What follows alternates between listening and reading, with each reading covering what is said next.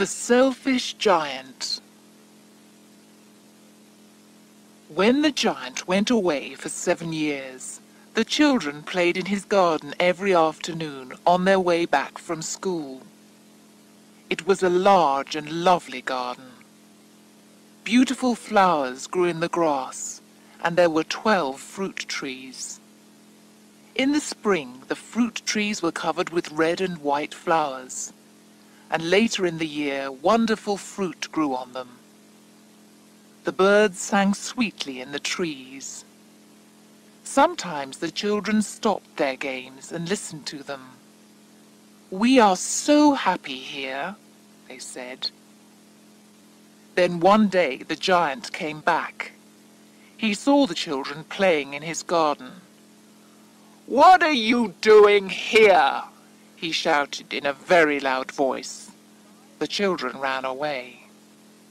"My garden is my garden," said the giant. "No one can play in it, only me."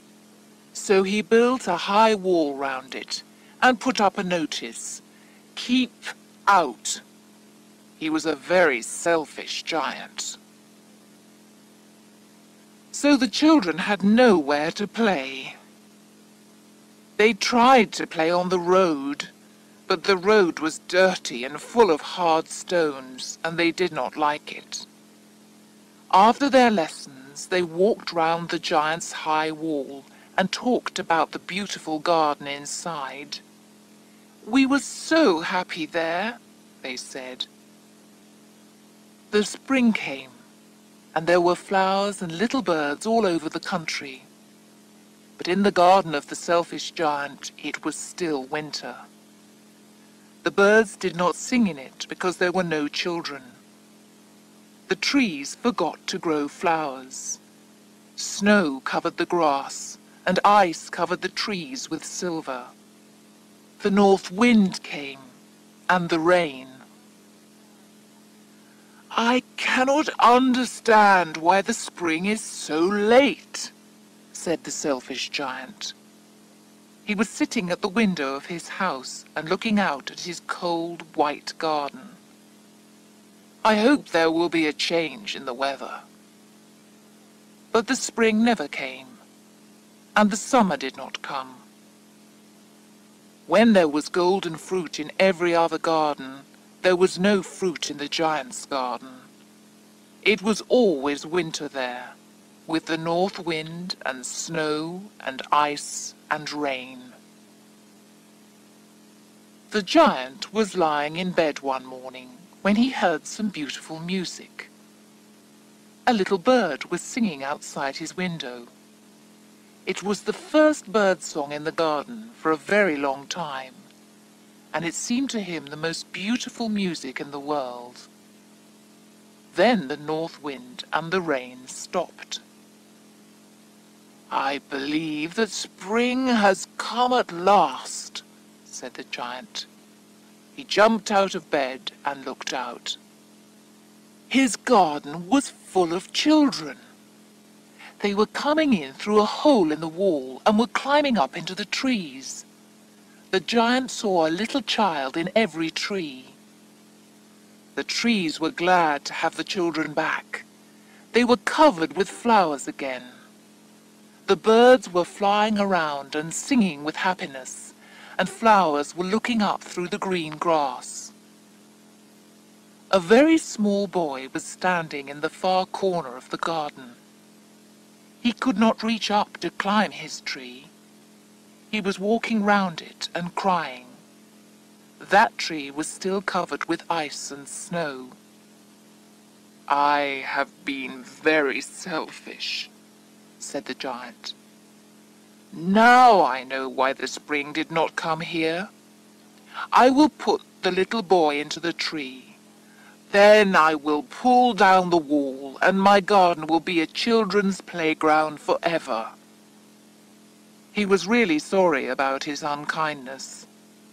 So he went down, opened the door very quietly, and went out into the garden.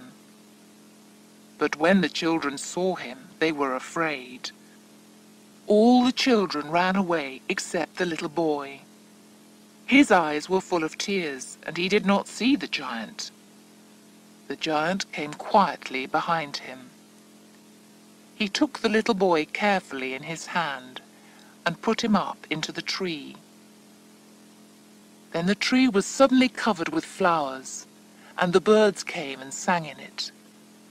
The little boy put his arms round the giant's neck and kissed him. The other children saw that the giant was not bad and selfish now.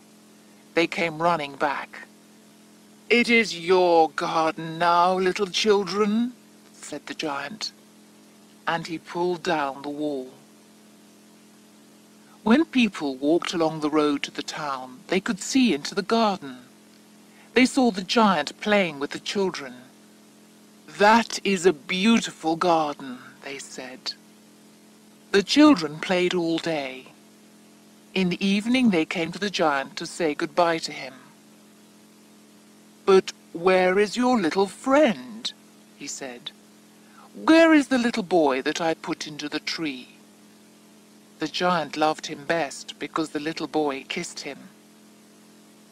"We do not know," answered the children. "He has gone away."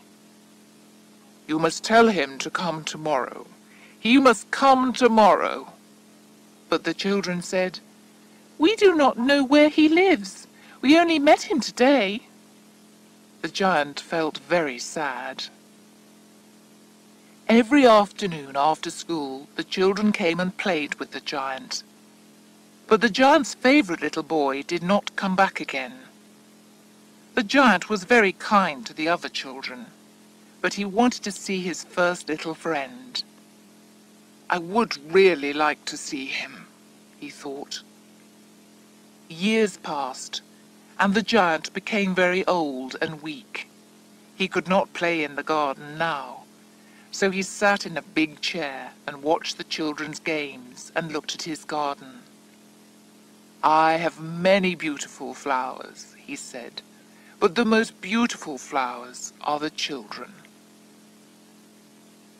One morning, when he was dressing himself, he looked out of the window. It was winter, but he did not hate the winter now. The spring was only sleeping, and the flowers were only resting. He waited happily for them to come again. Suddenly he opened his eyes wide. He looked and looked again. Something wonderful was happening. In the far corner of the garden, a tree was covered with beautiful white flowers. The tree was golden, and silver fruit hung down from it, and the little boy was standing under the tree. The giant ran out into the garden, and he hurried across the grass to the child. Then his face became red and angry. "Who has hurt you?" he said. There was blood on the child's hands and on his little feet. "Who has hurt you?" cried the giant. "Tell me, and I will kill him." "No," said the child. "This pain is the pain of love." "Who are you?" asked the giant. He was afraid and went down on his knees in front of the little child. "You help me to play in your garden," said the child. "Today you will come with me to my garden in the sky." That afternoon the children came into the garden. They found the giant lying dead under the tree. He was covered with white flowers.